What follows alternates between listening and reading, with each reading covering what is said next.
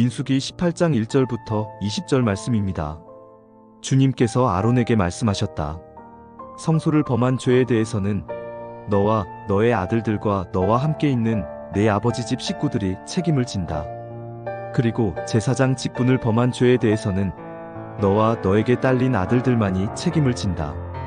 너는 레위 지파, 곧 네 아버지의 지파에 속한 친족들을 데려다가 네 가까이에 있게 하여 너와 너에게 딸린 아들들이 증거의 장막 앞에서 봉사할 때에 그들이 너를 돕게 하여라. 그들은 네가 시키는 일만 해야 하며 장막 일과 관련된 모든 일을 맡아서 해야 한다. 그러나 그들은 성소의 여러 기구나 제단에 가까이 하여서는 안 된다. 그렇게 하였다가는 그들뿐만 아니라 너희마저 죽게 될 것이다. 그들만이 너와 함께 할 것이고 회막에서 시키는 일을 할 것이며 장막에서 하는 모든 의식을 도울 것이다. 다른 사람은 너희에게 접근할 수 없다.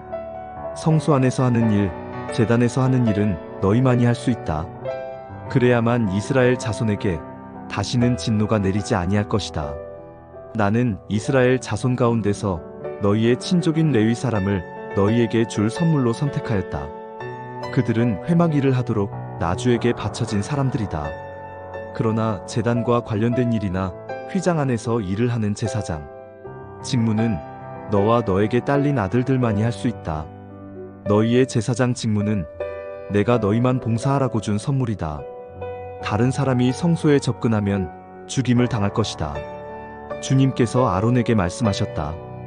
내가 제물로 받은 것, 이스라엘 자손이 거룩히 구별하여 나에게 바치는 것은 모두 너에게 준다. 나는 그것들을 너와 너의 아들들의 몫으로 언제나 지켜야 할 규례로 준다. 다음은 아주 거룩한 것으로서 너의 것이 될 것이다. 그들이 바친 모든 제물, 곧 그들이 나의 것이라고 하여 나에게 바친 모든 곡식 제물과 그들이 바친 온갖 속죄 제물과 그들이 바친 온갖 속건 제물 가운데서 불태워서 바치고 남은 것은 아주 거룩한 것으로서 너와 너의 자손이 받을 몫이다. 너는 그것을 아주 거룩한 곳에서만 먹도록 하여라. 그것은 남자들만 먹는다. 그것은 너에게 아주 거룩한 것이다.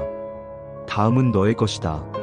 즉 이스라엘 자손의 제물 가운데서 들어올려 바친 것과 그들이 흔들어 바친 것은 모두 너의 것이다.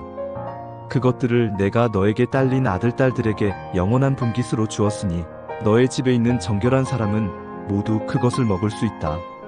가장 좋은 기름과 가장 좋은 포도주와 곡식과 그들이 나주에게 바치는 첫 과일 모두를 내가 너에게 준다.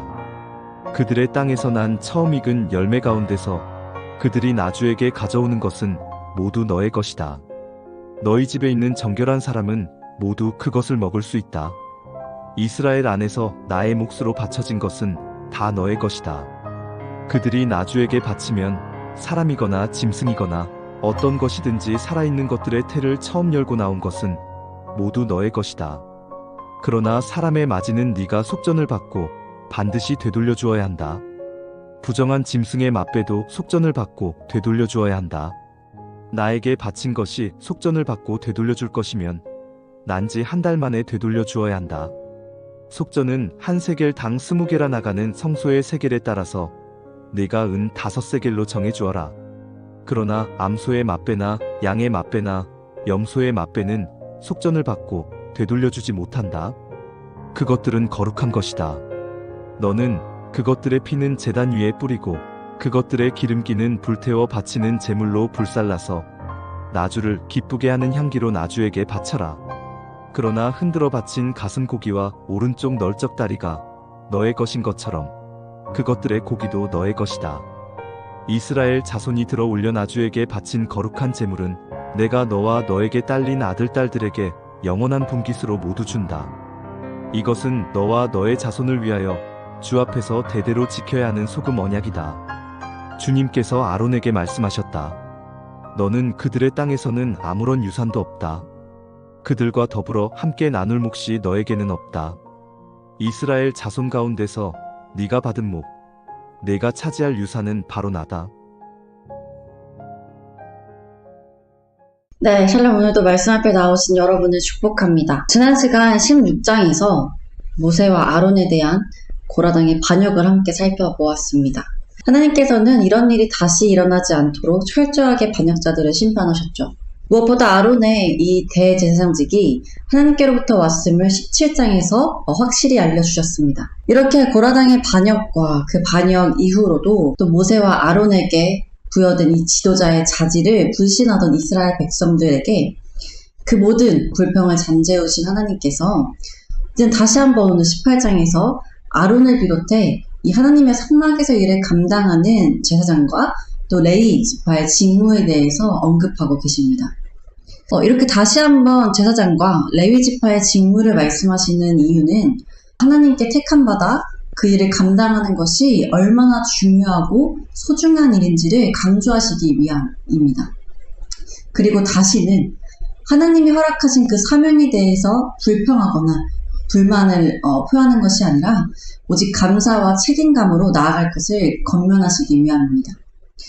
그렇다면 오늘 18장은 어떤 내용으로 구성이 되어 있는지 먼저 볼 텐데요. 18장은 크게 두 부분으로 나뉘어 있습니다.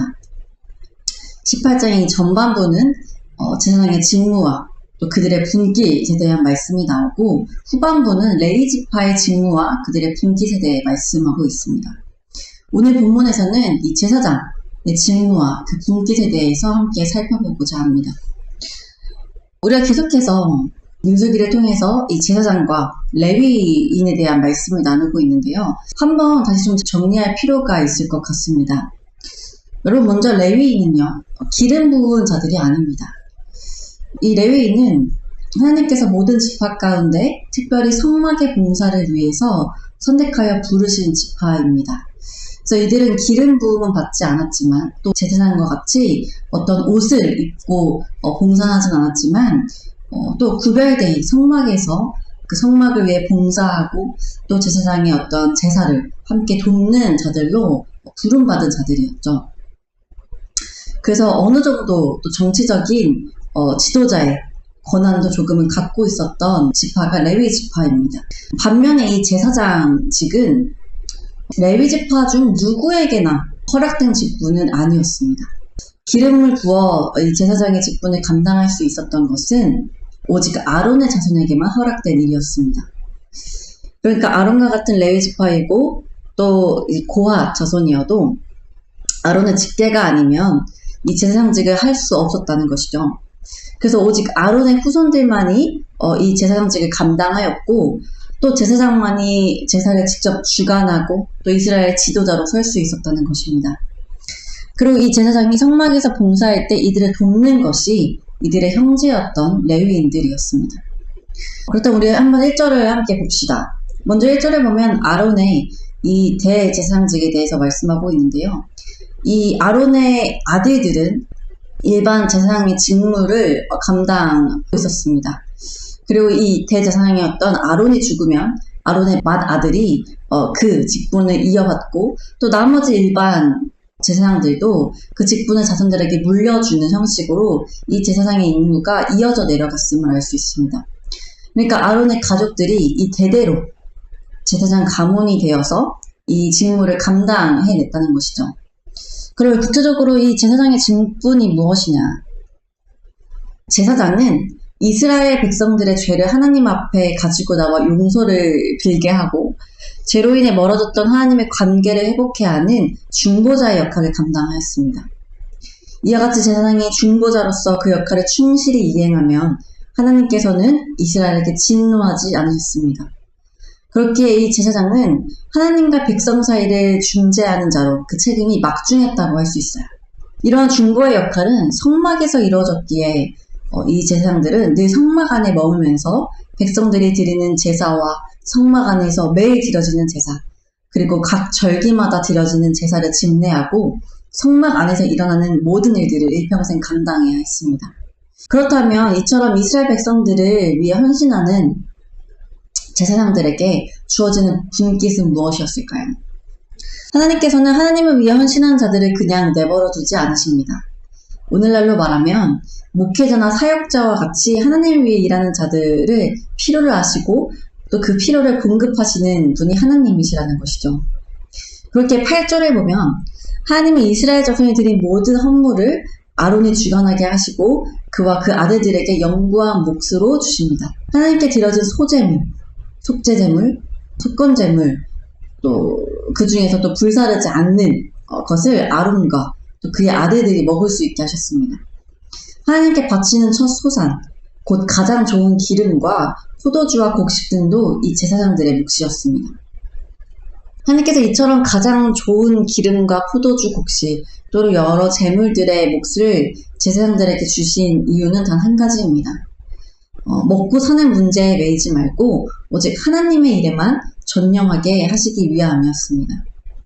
그리고 무엇보다 그렇기 때문에 이 제사장은 이스라엘이 기업으로 받는 땅의 기업을 받지 못하였습니다. 다른 지파가 받는 땅의 분깃이 없었다는 것입니다. 다른 직업도 갖지 못하고 또 자녀들에게 물려줄 이 땅도 없었다는 것은 이 제사장들에게는 어떻게 보면 가장 큰 헌신이 요구되는 일이 아니었을까 싶습니다. 그래서 오직 이들에게는 하나님이 기업이 되시고 또 하나님께서 이 땅의 분깃 없이 또 오직 하나님과 이스라엘을 위해서 헌신하는 이들에게 성막에서 그 재물을 바쳐주는 그 모든 몫을 이들에게 허락하신 것이죠. 여러분들은 이 제사장의 삶이 어떻게 느껴지십니까? 땅도 없고 늘 또 하나님과 이스라엘 그 사이에서 목숨을 걸고 제사를 드리고 성막을 관리해야 하고 그렇게 일평생을 성막에서 살아야 하는 이 제사장의 모습이 조금은 너무 벅차고 힘들어 보인다는 생각도 듭니다. 또 아무런 분깃도 없기 때문에 이들은 지금으로 따지면 노후 자금이라고 할까요? 그런 미래에 대한 대비도 하나도 되어 있지 않는 상태로 하나님의 일을 감당해야 했습니다. 이런 모습을 볼 때 제사장의 삶이 참 쉽지 않다라는 생각이 드는데요. 그러나 한편 이들이 받았던 그 모든 좋은 것들, 특별히 하나님께 드려진 그 제물들이 이 제사장들의 몫이라고 할 때 이것이 참 또 귀한 은혜가 아닌가라는 생각도 듭니다. 하나님께서 주시는 것들로 분깃을 삼아 사는 자들. 저는 개인적으로 우리의 삶이 이러한 제사장의 모습이 되기를 소망합니다. 이 모습이 마치 마태복음 6장 33절의 말씀과도 닮아있기 때문입니다. 먼저 그의 나라와 그의 일을 구할 때 우리의 필요를 채우시는 하나님. 물론 그의 나라와 그의 일을 구하는 삶, 또 하나님께 헌신된 삶이 쉬운 삶은 아니죠. 남들이 다 가진 땅, 남들이 다 가진 어떤 즐거움을 다 포기하여야 하고 또 그렇게 보장된 미래를 내려놓아야 하는 순간들도 있을 것입니다. 그렇게 하루하루 하나님이 주시는 그 공급하심 아래 불안과 염려, 두려움을 느낄 수도 있겠지만 여러분 생각해 보십시오. 우리가 쌓아두는 재물, 우리가 계획한 미래는 영원하지 않습니다. 언제 어떻게 무슨 일이 생겨 그 쌓아둔 재물이 사라져버리거나 우리가 계획한 일들이 다 허사로 돌아갈지 모릅니다. 그러나 하나님께서 매일 공급해 주시는 그 만나와도 같은 그 은혜를 공급받으며 산다는 것은 내 힘과 내 계획이 들어갈 필요가 없습니다. 내가 고민할 필요가, 내가 염려할 필요가 없다는 것이죠. 그 은혜로 인해 내 삶에 공급되어지는 것들이 끊길까봐 걱정하지 않아도 됩니다. 내 미래가 어떻게 될지 불안해하거나 염려하지 않아도 됩니다. 하나님께서 우리의 인생을 계획하시고 하나님께서 우리에게 날마다 일용할 양식과 필요한 것들을 채우실 것이기 때문입니다.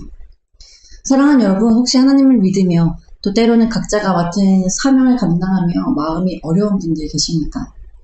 다른 사람들보다 지쳐진 것 같고 또 때로는 주말 같은 이런 연휴 때 쉬지 못하고 또 하나님의 일을 감당해야 하는 그 시간들이 벅차게 느껴지시는 분들도 계실 줄 압니다. 그러나 함께 우리가 기억합시다. 하나님께서 우리의 모든 수고를 알고 계십니다. 또한 걱정하지 마십시오. 세상 사람들이 자신들의 유익에 따라 모든 시간을 자신을 위해 사용하며 각자의 탑을 쌓고 있을 때 하나님께서는 하나님께 수고한 우리를 위해서 친히 그 복을 우리 머리 위에 쌓아두고 계십니다. 그리고 그 복은 세상 것과는 비교할 수 없는 영원한 복이고 또 우리 삶의 때를 따라 도우시는 그 은혜로 나타나는 복일 줄 믿습니다.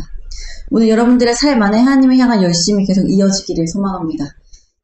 제사장과 같이 하나님 앞에 흠없고 순결하며 또한 하나님과 여러 사람들을 이어주는 중보자들로 계속 살아가십시오. 선을 행하되 낙심하지 말고 선을 행하되 염려하거나 불안해하지 말고 계속해서 하나님의 일을 행하십시오. 하나님께서 여러분들의 삶을 책임지시고 제사장들의 분깃으로 하나님께 드려진 가장 좋은 것을 주셨듯 여러분들의 삶에도 가장 좋은 것으로 채워주실 것입니다. 우리 함께 기도합시다. 하나님, 오늘도 말씀으로 하루 시작하게 하시니 감사드립니다. 하나님, 오늘 제사장의 직무와 분깃을 통해 그들이 누렸던 하나님의 은혜를 묵상해 보았습니다. 이스라엘과 하나님 사이에 서서 날마다 중보하며 이스라엘을 향한 하나님의 진노를 막아서야 했던 제사장의 책임이 막중하게 느껴졌습니다. 또한 땅에 분깃도 없이 하나님께서 주시는 그 재물만을 자신들의 분깃으로 삼으며 사는 삶이 조금은 불안해 보이기도 하였습니다. 그러나 그 삶을 들여다보니 제사장의 삶이 얼마나 은혜인지 깨닫게 됩니다. 하나님을 위해 일할 수 있음이, 또 하나님께서 책임져 주시는 삶을 살 수 있음이 얼마나 은혜입니까? 주님, 우리의 삶도 그와 같기 원합니다. 우리 자신을 위해서만 살고 우리 자신을 위해서 재물을 쌓으며 우리 스스로 우리 인생을 살아가는 것이 아니라 우리에게도 하나님을 위해 일할 수 있는 기회를 허락하여 주옵소서. 또한 우리 인생을 책임지시고 때마다 먹이시고 공급하시는 그 은혜 아래 살게 하옵소서. 오늘 말씀의 은혜를 통해 각자의 삶으로 나아가는 청년들의 삶이 세상과 다른 구별된 삶 되게 하시고 세상이 주는 기쁨이 아닌 주님께서 허락하시는 그 은혜의 풍요를 누리는 삶 되게 하여 주옵소서. 감사합니다. 영원한 우리의 소망이요 기쁨 되신 예수 그리스도의 이름으로 기도드립니다. 아멘.